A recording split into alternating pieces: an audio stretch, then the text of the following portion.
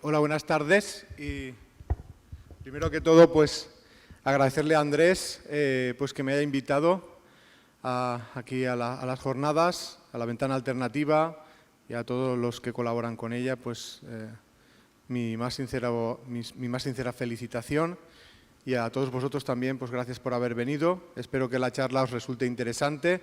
Se titula Profundizando en el sentido de la vida, las leyes espirituales. Las leyes espirituales es el título de mi primer libro, y en él lo que intentamos es buscar respuesta a las preguntas fundamentales de la vida. Esas preguntas tienen que ver con el sentido de la vida, ¿no? ¿Por qué existimos? ¿Por qué existe el mundo? ¿Ha creado el mundo alguien? ¿Viene de la nada? Esa es una de las preguntas importantes. Otra pregunta importante, ¿hemos venido al mundo a hacer algo en particular? Es decir, ¿tienen nuestras vidas un sentido? Yo creo que todos en algún momento nos habremos hecho esas preguntas. Otra pregunta importante sería si existe la felicidad. Yo creo que el anhelo de todo ser humano, el mayor anhelo, es alcanzar la felicidad. Pero si miramos cómo está el mundo y cómo está la gente, la verdad es que nos daremos cuenta que hay muy pocas personas que consiguen ser felices. Y la pregunta sería, ¿cómo se puede alcanzar la felicidad, si es que es posible alcanzarla? Otra pregunta importante sería si existe la vida después de la muerte o se acaba la vida ahí, cuando se acaba la muerte, cuando finaliza la vida del cuerpo físico. Esta es una pregunta que el ser humano se hace desde hace muchísimo tiempo. Sabéis que los egipcios tenían la costumbre de embalsamar los cuerpos de los muertos porque pensaban que de alguna manera pues, ese cuerpo les iba a hacer falta en una vida más allá de la muerte. Sabemos que ahora que eso no tiene mucho sentido, pero que ella es un reflejo de que la creencia en la vida después de la muerte es algo muy antiguo en la historia de la humanidad. ¿Existe vida después de la muerte o no? Otra pregunta que alguien se podría hacer es si el nacimiento es el principio de la vida o existimos antes de nacer. Aunque a lo mejor esa pregunta no se la hace mucha gente porque damos por sentado que el nacimiento es el principio de la vida, pues hay creencias que opinan que no es el principio de la vida.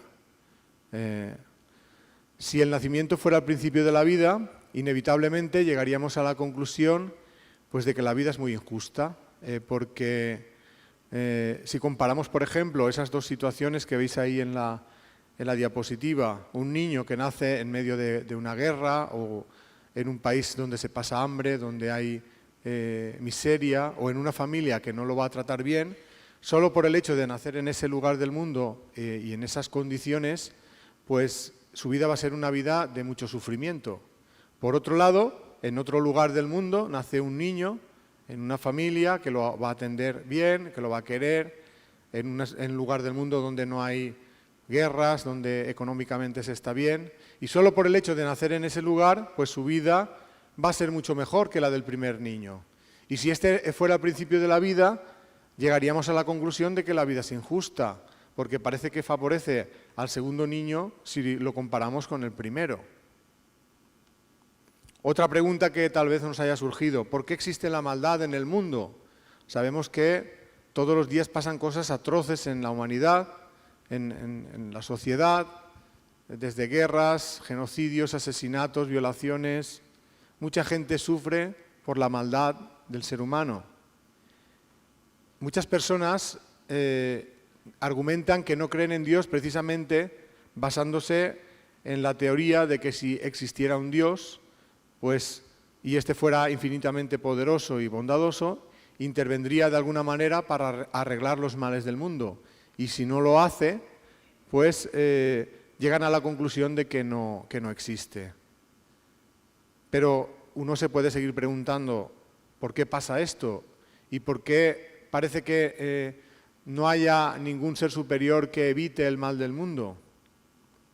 Todas esas preguntas sin aparente respuesta hacen que muchas personas tengan la sensación pues, de que la vida está llena de un montón de injusticias, un montón de situaciones a las cuales no le hemos encontrado un porqué, ¿no?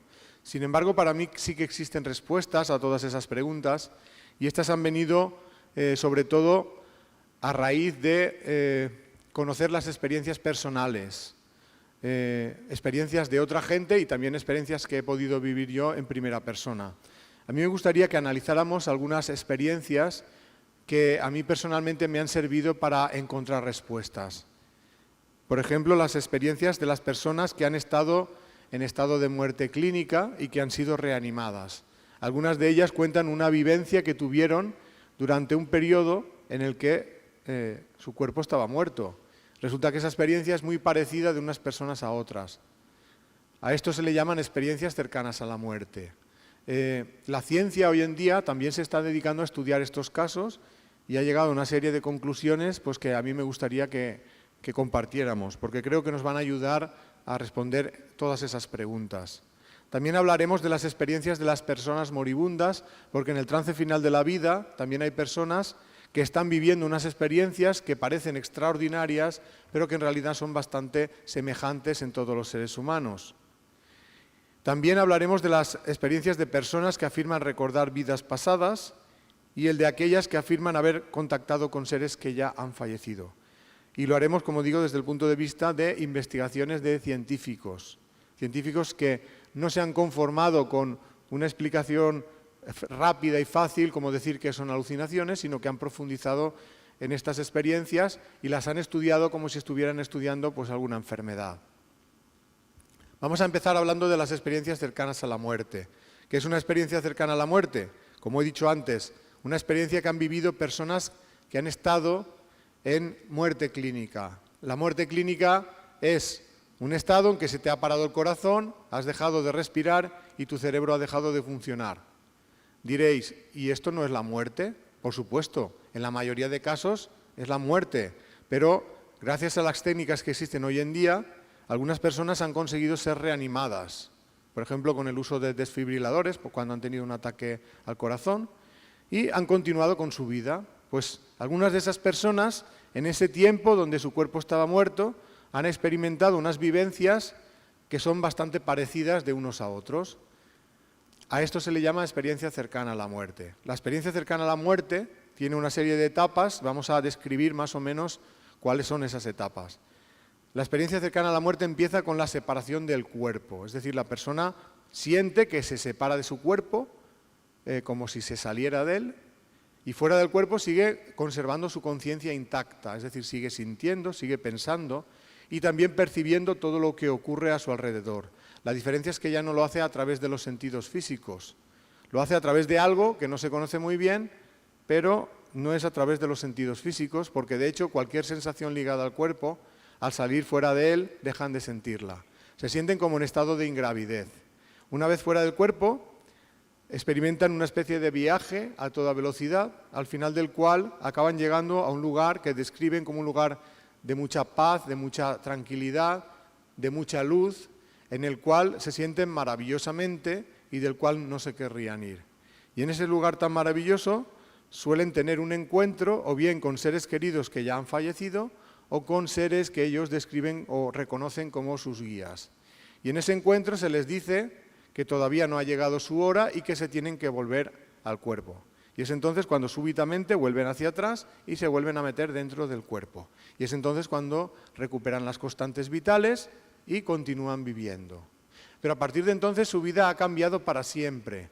¿En qué ha cambiado? Primera cosa, dejan de tenerle miedo a la muerte, porque han echado un vistazo y lo que han visto tiene buena pinta, por lo tanto no hace falta asustarse.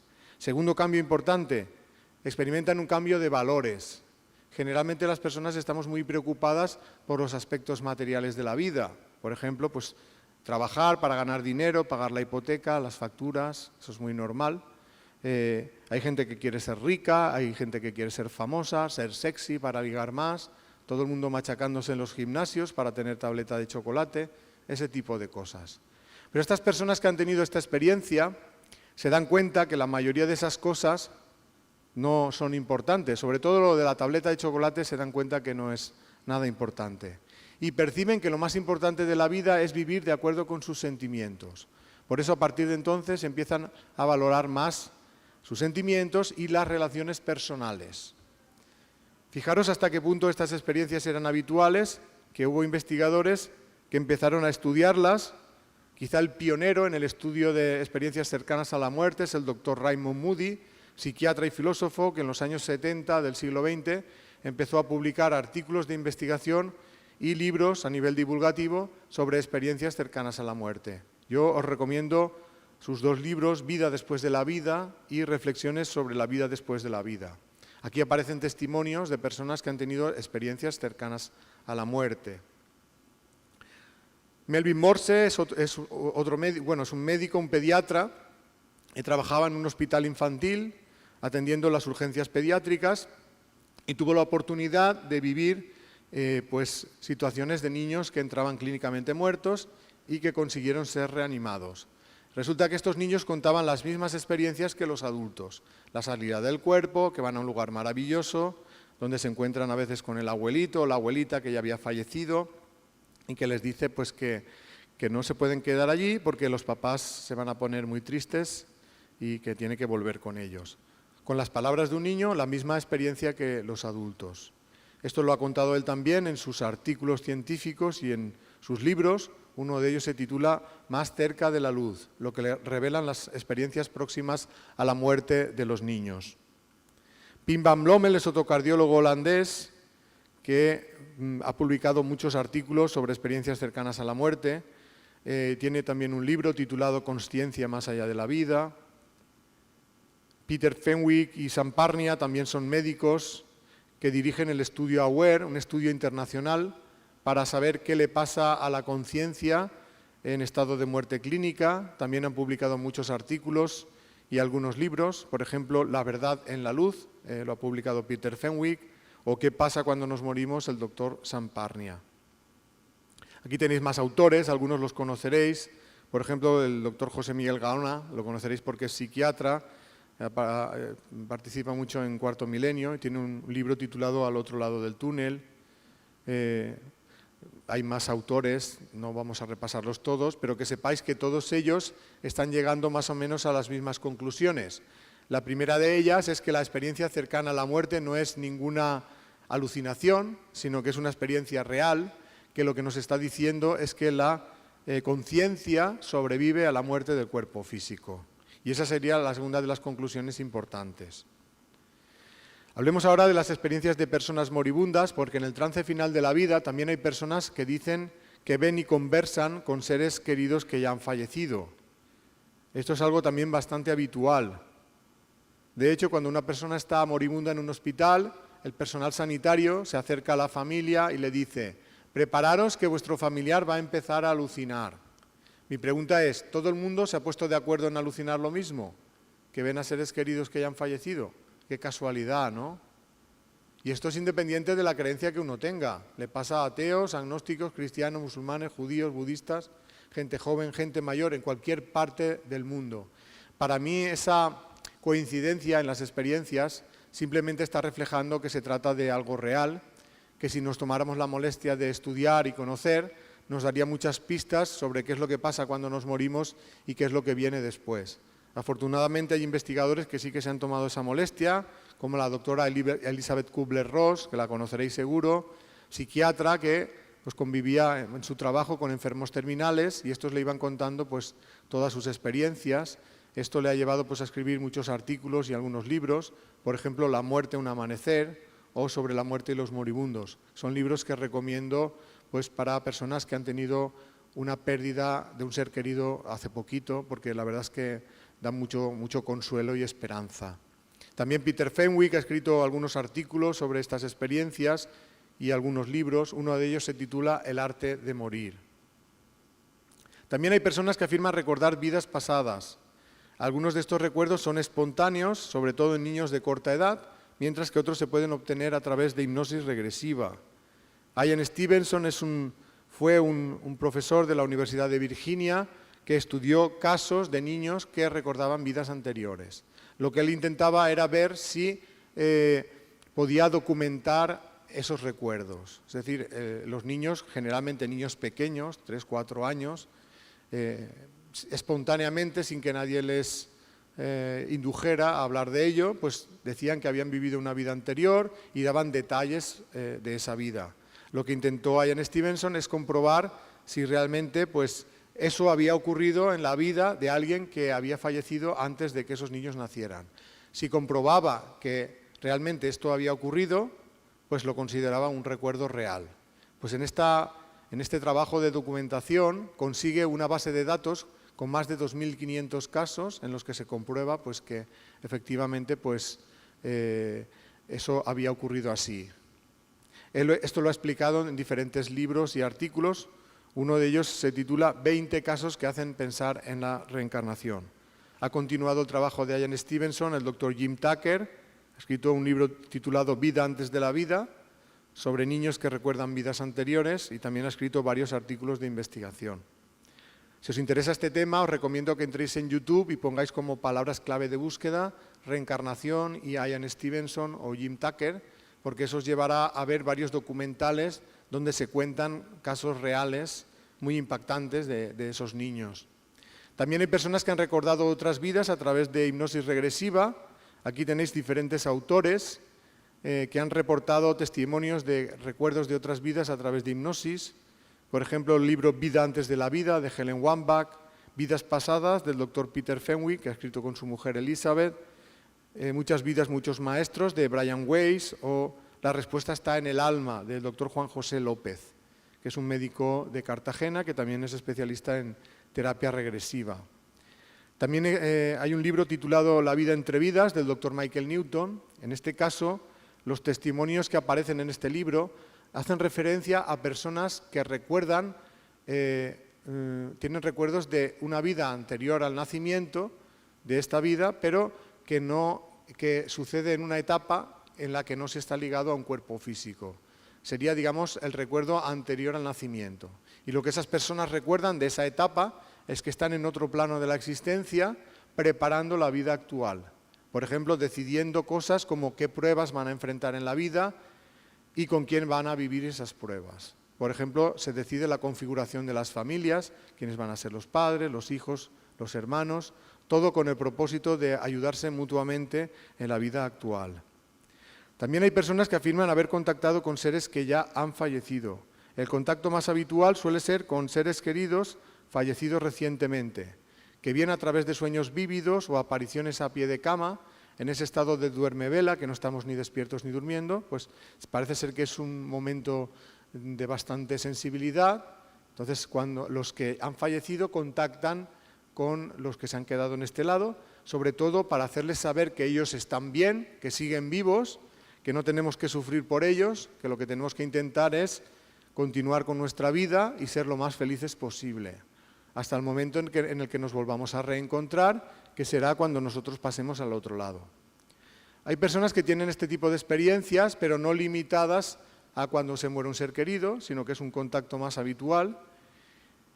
Parece ser que tienen una especie de sexto sentido, como la película de Bruce Willis, que les permite contactar con esas personas fallecidas, de las cuales dicen recibir mensajes.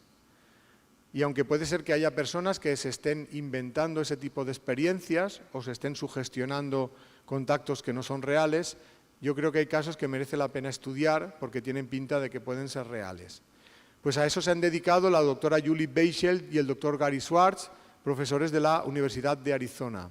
Ellos idearon un experimento para intentar comprobar si el contacto con personas ya fallecidas era posible a través de personas sensibles, llamémoslas mediums. Lo que ellos hicieron fue buscar a estudiantes de su universidad que hubieran tenido la pérdida reciente de un ser querido y les pidieron pues, que intentaran aportar datos personales, información sobre la vida de esas personas fallecidas. Luego buscaron a una serie de mediums que eran de confianza para ellos y les pidieron a ver si era posible que esas personas fallecidas, los seres queridos, familiares de estudiantes, podían contactar y hablar de sus propias vidas. Y luego compararon la información obtenida de los estudiantes con la obtenida de los mediums. Cuando hacen esa comparación se dan cuenta que el grado de coincidencia es altísimo y no encuentran otra explicación que no sea que realmente ese contacto se ha producido y es real. Y esto lo han contado en diferentes artículos de investigación y en un libro titulado Los experimentos después de la vida, donde presentan evidencias científicas de que realmente existe la vida después de la muerte. Y ahora viene el quid de la cuestión, lo que yo llamo informaciones del otro lado, que nos van a servir para contestar a las preguntas que nos estamos haciendo, básicamente de dónde venimos, a dónde vamos y cuál es el sentido de la vida. Más o menos, la primera información importante es el que sepamos que todos nosotros somos inmortales y que la vida física no es más que un instante de la vida real y que esta vida real en realidad nunca termina. Es decir, que la muerte del cuerpo físico no sería el final de nuestra existencia, solo una etapa de transición hacia otra existencia no ligada al mundo físico, donde todos nos reencontraremos con los seres queridos que se fueron al otro lado antes que nosotros. También se nos dice que existe un plan para cada uno de nosotros que lo que pretende es que vayamos creciendo en nuestra capacidad de amar, que sea por nuestros propios méritos a base de experimentar en el plano físico con libertad. Y que las pruebas a las que nos enfrentamos en la vida no son casualidad, sino que es consecuencia de lo que hemos hecho en otras vidas. Es decir, que antes de nacer ya sabemos a qué nos vamos a enfrentar. De hecho, somos nosotros los que elegimos ese tipo de pruebas que están muy relacionadas con nuestras necesidades evolutivas y con lo que hemos hecho en otras vidas. Es decir, que el nacimiento no sería el principio de la vida, ya existiríamos antes y habríamos vivido muchas vidas antes que esta. El objetivo de todo eso, aprender. ¿Aprender qué? Aprender a amar. Fácil de decir, difícil de conseguir. En realidad, en cada una de las vidas aprendemos un poquito y aquello que aprendemos se suma a todo lo que hemos aprendido en vidas anteriores. Para mí, la palabra evolucionar, que tanto se utiliza hoy en día, espiritualmente lo que significa es eso, aprender a amar. Y para mí, para aprender a amar, para evolucionar, es necesario conocer cuáles son las reglas del juego, lo que yo llamo las leyes espirituales.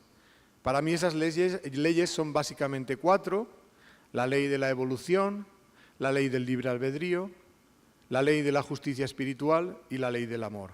Vamos a hacer un pequeño repaso a cada una de esas leyes.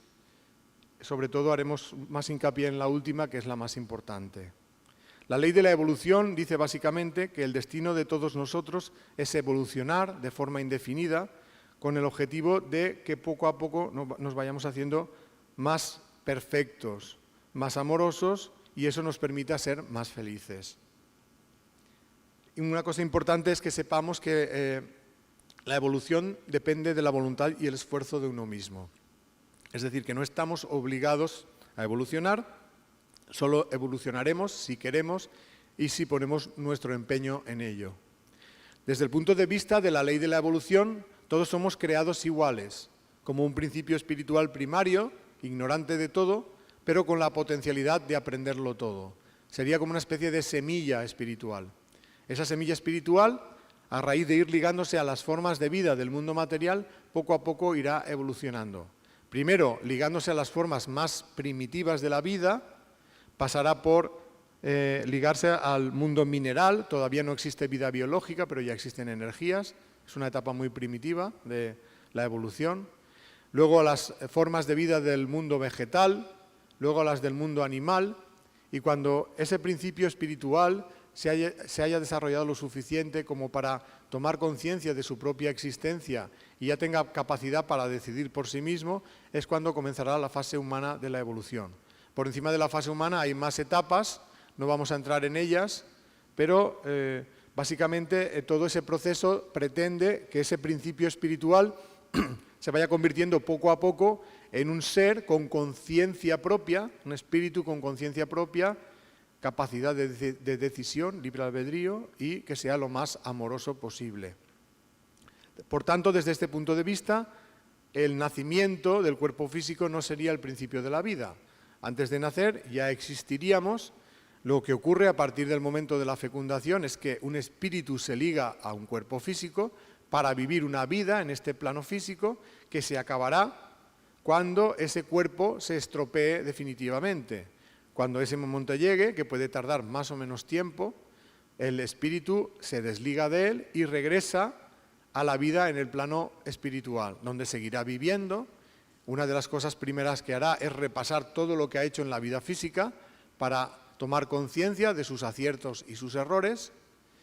En ese mundo espiritual seguirá aprendiendo y cuando tenga la necesidad de ponerse a prueba en aquello nuevo que ha aprendido, regresará al plano físico, volverá a nacer para el mundo físico, se ligará a otro bebé desde el momento de su concepción y así completará el ciclo de la vida.